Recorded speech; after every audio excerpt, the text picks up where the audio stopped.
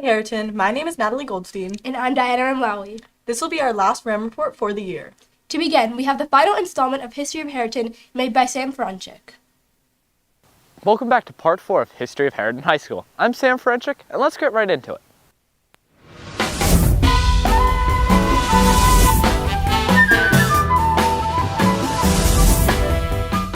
We ended the last report with Harriton being near its closure, but luckily, the school district decided not to close Harriton, so it continued until the late 2000s, when Harriton and Lower Merion obviously needed a new school.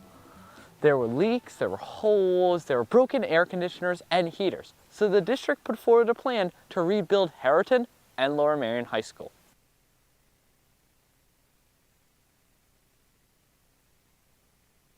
This led to much debate amongst town people, as a new high school would cost $100 million, which is approximately $150 million inflation adjusted.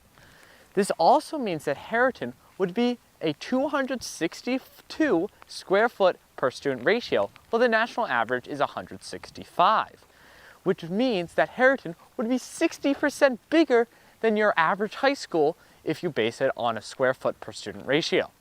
Let's compare it to another high school, Springfield High School. They rebuilt it in 2021 and it has 1,500 students.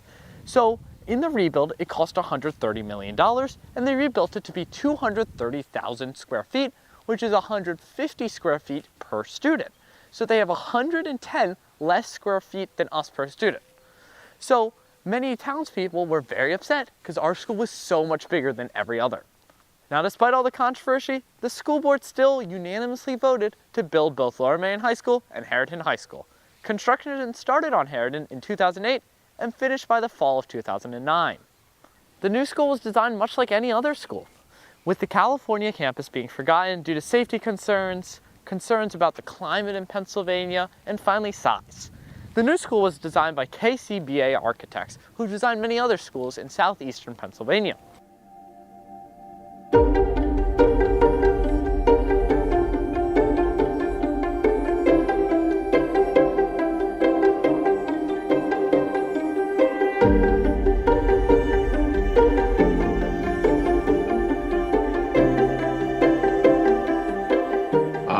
More of your daily life was outside. Most kids spent their free periods outside, except when the weather was really bad. It was a little more connected to kind of like the natural land of Harriton. There were trees that everyone was familiar with. There were places where you kind of go and hang out.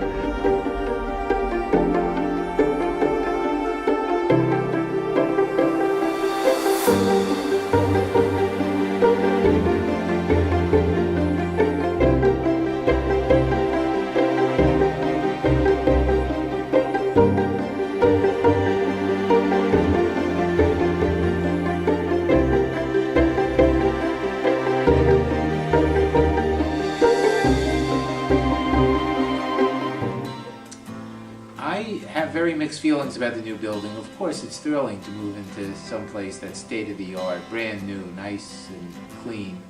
But what I will very much miss about the old Harriton is the openness and the collegiality. This year is going to be very different because it's going to be bigger, especially when the more kids come. I walk down that hall, I know everybody. I say hello to everybody, a little smile, a little chuckle, a little handshake. That's all going to go away. Now, it won't all go away, but it's going to not feel as close-knit a community as Harriton has become.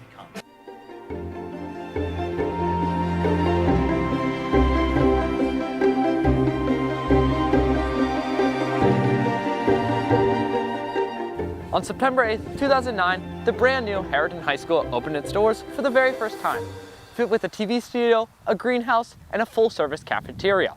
And many new students.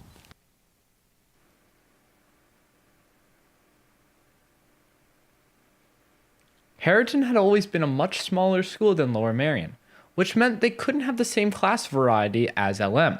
So when rebuilding both schools, the school board intended to make them the same size. They were both built to be approximately the same size at about 1,250 students. Now, prior to the new schools, Lower Merion had 1,600 students, while Harriton only had 800. So the district needed a way to move students from Lower Merion to Harriton.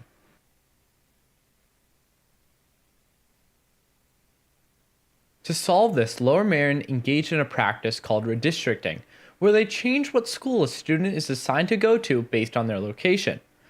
Now this shrunk what's called the choice zone, an area where students can choose which high school they want to attend.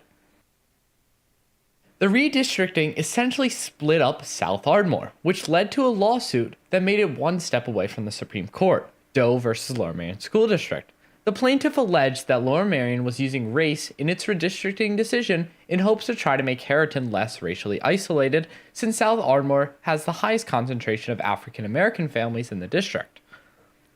Eventually, the district did win the lawsuit, and Harriton and Lower Merion were made the same size, but shortly after building that, enrollment skyrocketed and neither of them were built big enough. So the district had two options, either allow more students to go to Lower Merion or build onto Harriton. So instead of adding additional classrooms, the district rebuilt classrooms in the Lower Merion admin building instead. Today, Lower Merion has 1,700 students, while Harriton has 1,200.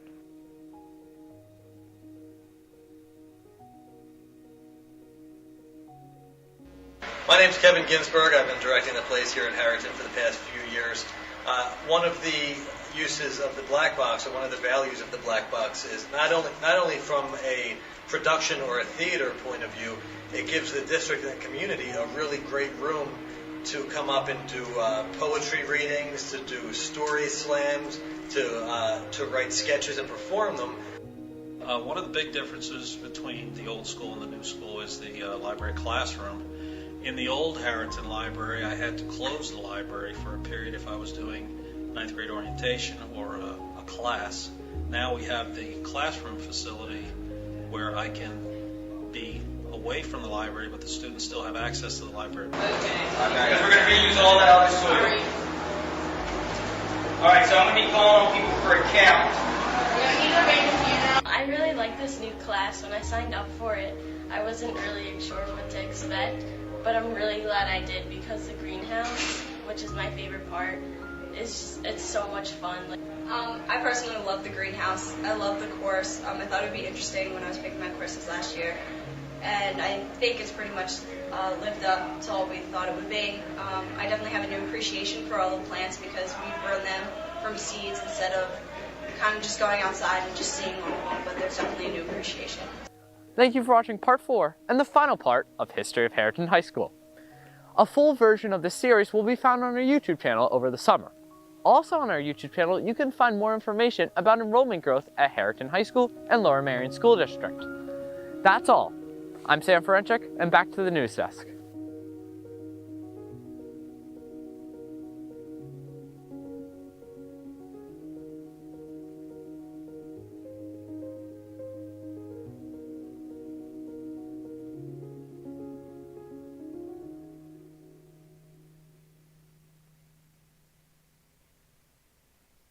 Thanks, Sam. For our second report, we would like to introduce to our newest RAM Report segment made by Sam Ferencik. Hello everyone, my name is Sam Ferencik. Welcome to the newest RAM Report segment, Newsflash. Today I will quickly share 3 pieces of information for Lower Merion News. Last week, we received significant news from Lower Merion School District. Our superintendent, Dr. Yanni, announced his departure from the district to pursue a job in Central Bucks, where he resides. This marks the 3rd time in the past 3 years that Lower Merion has seen a change in leadership. Dr. Yanni has assured us that he will continue to fulfill his duties until the end of the school year.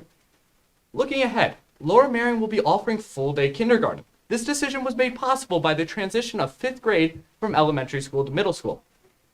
Lower Merion has also allocated a significant budget of $2.4 million to hire additional teachers, ensuring a high-quality education for our students. Finally, this is a reminder that Lower Merion will push back start times next year. High school will start at 8:30 a.m. and end at 3:15. Middle school will start at 8 a.m. and end at 2:35. And elementary school will start at 9:10 and end at 3:45, meaning we will lose 25 minutes of class time. Instead of having high school first, then middle school, then elementary school, we'll now have middle school first, then high school, then elementary school. Lower Merion adopted this initiative called LMSD Smart Start last year. If you want to learn more about why Lower Merion is doing this, last year I published a report in Season 8, Episode 5 regarding start times. That's all for today's Newsflash. Back to the